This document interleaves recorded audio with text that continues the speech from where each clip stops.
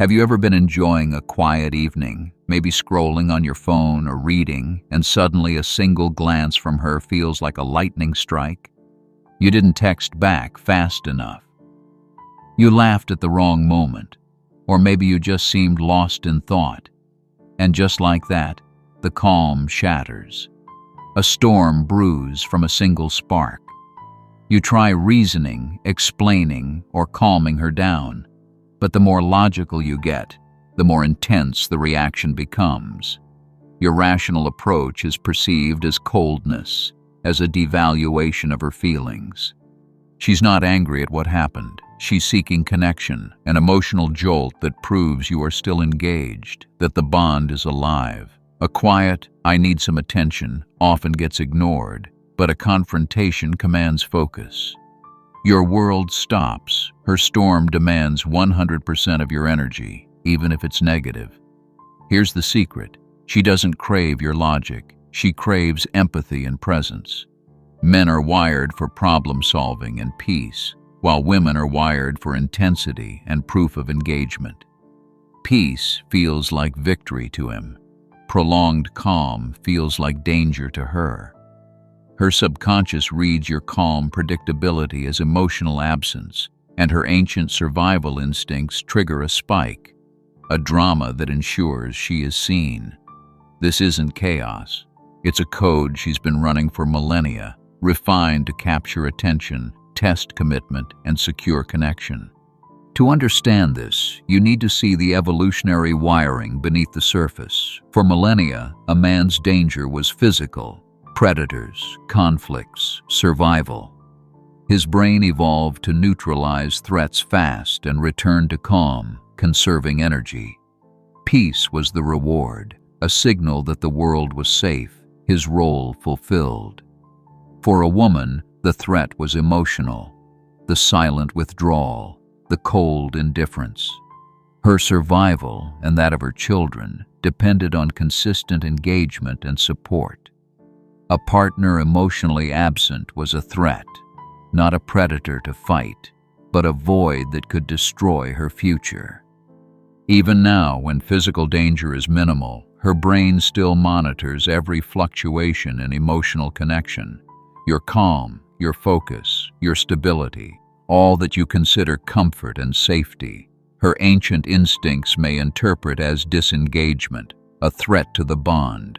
This subtle signal, unnoticed by most men, triggers an existential anxiety within her, and without conscious thought, she hits the red button. Drama.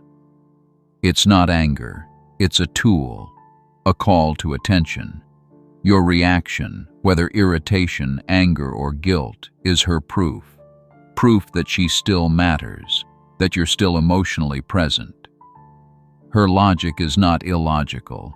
It's simply a different operating system, one that measures love and attention in spikes of intensity, not in quiet reliability. Drama has a purpose, and it's not chaos. It's strategy. The first purpose, to capture attention. In today's world, attention is the most valuable currency. Her gaze competes with your work, your hobbies, your notifications, your thoughts. A quiet request for attention might go unnoticed, but a surge of confrontation guarantees focus. The moment she challenges you, your world narrows. Work pauses, phone forgotten, everything else fades. She's hacked your priority system, and for that moment, she sits at the top. It's never about the trivial details she's arguing about. It's about being seen, being acknowledged, being felt.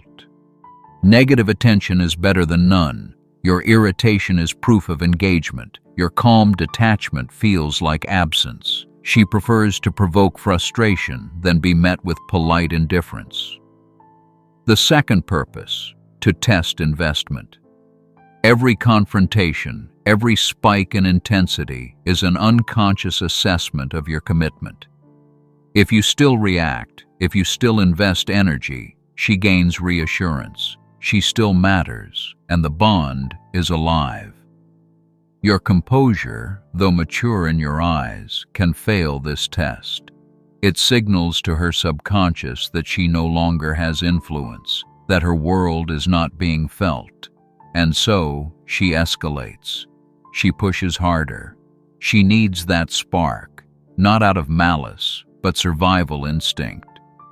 Once her attention is captured, the drama transforms into a tool for emotional validation. It's no longer just a test. It's a way to control the emotional climate. Men are wired to solve problems, to restore peace. Her strategy exploits that instinct. When you attempt to fix, apologize, or compromise just to stop the conflict, you are rewarding the behavior. Every concession, every moment of bending reinforces the pattern. She learns that drama works. It's the fastest route to engagement. She becomes, almost unconsciously, the conductor of the emotional environment. Your state shifts with hers, instead of the other way around. Your peace is no longer yours. It's dictated by her emotional fluctuations. The biological spike is real. Conflict triggers adrenaline, cortisol, and other chemicals, shaping your attention and response. Every time you react, you feed the cycle. Your desire for harmony becomes a vulnerability, one that she instinctively knows how to leverage. The irony: she destroys your peace to secure proof of your care. The storm isn't chaos. It's a mechanism honed by instincts and experience. Every reaction, every tense moment confirms the connection that a quiet conversation might fail to achieve. The biological chemistry is fascinating. Men experience conflict as threat. Cortisol spikes, focus narrows. The brain screams, solve it, eliminate it, escape it. For him, conflict is exhausting, even toxic. Silence afterward isn't withdrawal, it's a reboot. For women, conflict is different. Adrenaline and oxytocin surge during emotional exchanges, creating a sense of bonding, even in confrontation. The more intense the interaction, the more connection is felt. What drains him invigorates her. Where he seeks closure, she seeks intensity. Where he wants calm, she wants engagement. This explains why after a fight he feels depleted, while she often seems strangely revived and connected. His attempt to close the storm is her signal to escalate, to feel alive in the engagement, to measure the depth of his commitment through emotional spikes. Drama, in this sense, is not chaos. It's a complex, evolutionary mechanism to capture attention, test loyalty, and forge connection. Every escalation, every confrontation is her subconscious survival strategy. Once attention and validation are achieved, drama becomes a tool for influence. Conflict is a lever. She knows how to pull it to shape your behavior. Men are wired to fix, restore, and apologize. That instinct becomes the pathway she leverages. You compromise, adjust plans, or concede. Each reaction reinforces her method. The pattern strengthens. Drama becomes reliable, predictable, and increasingly powerful. Your emotional state becomes reactive, shaped not by your choice, but by her fluctuations. The storm dictates your inner climate. This isn't manipulation in the malicious sense. It's an evolved mechanism honed over generations. Her reactions, intentional or instinctive, guarantee engagement and measure the bond. Meanwhile, your fight-or-flight system interprets the storm as a threat, creating stress, urgency, and depletion. She, on the other hand, thrives in the intensity. Adrenaline and bonding hormones turn the conflict into connection. This explains why calm reasoning, patience, or attempts to diffuse the situation often fail. You are speaking a different emotional language, one grounded in survival and validation, not logic. Every confrontation is also a stress test of commitment. It's not launched from confidence, but from fear of abandonment. She needs proof that you are still invested, still emotionally present, still willing to engage. When you remain calm or rational, she may perceive it as emotional withdrawal. Your composure, your strength and restraint, can fail the test, signaling that you are no longer influenced, that her presence doesn't move you. This triggers escalation.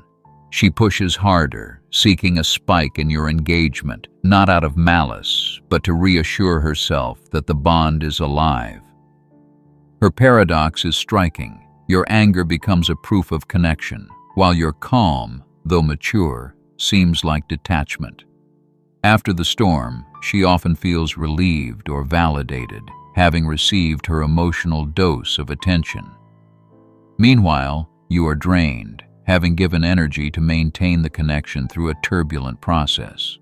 In her view, talking through every detail, feeling every emotion, is the path to closeness, the very opposite of the peace you seek. Culture amplifies this mechanism. Passion is often equated with drama.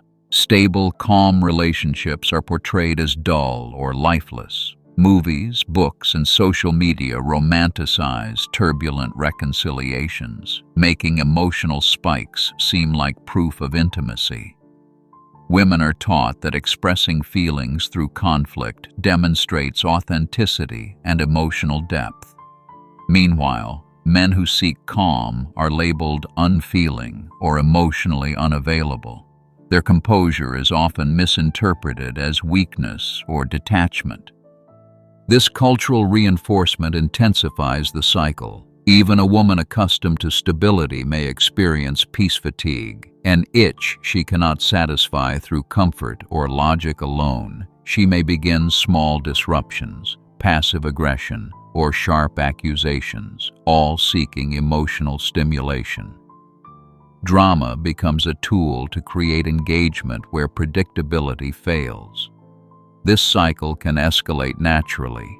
Minor disputes no longer suffice, requiring deeper provocations, jealousy, or existential challenges to trigger the required emotional response.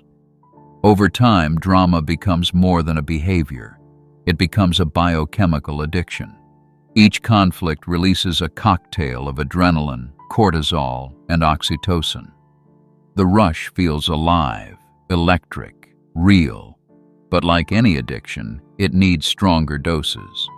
What once took a small disagreement now requires deeper emotional provocation.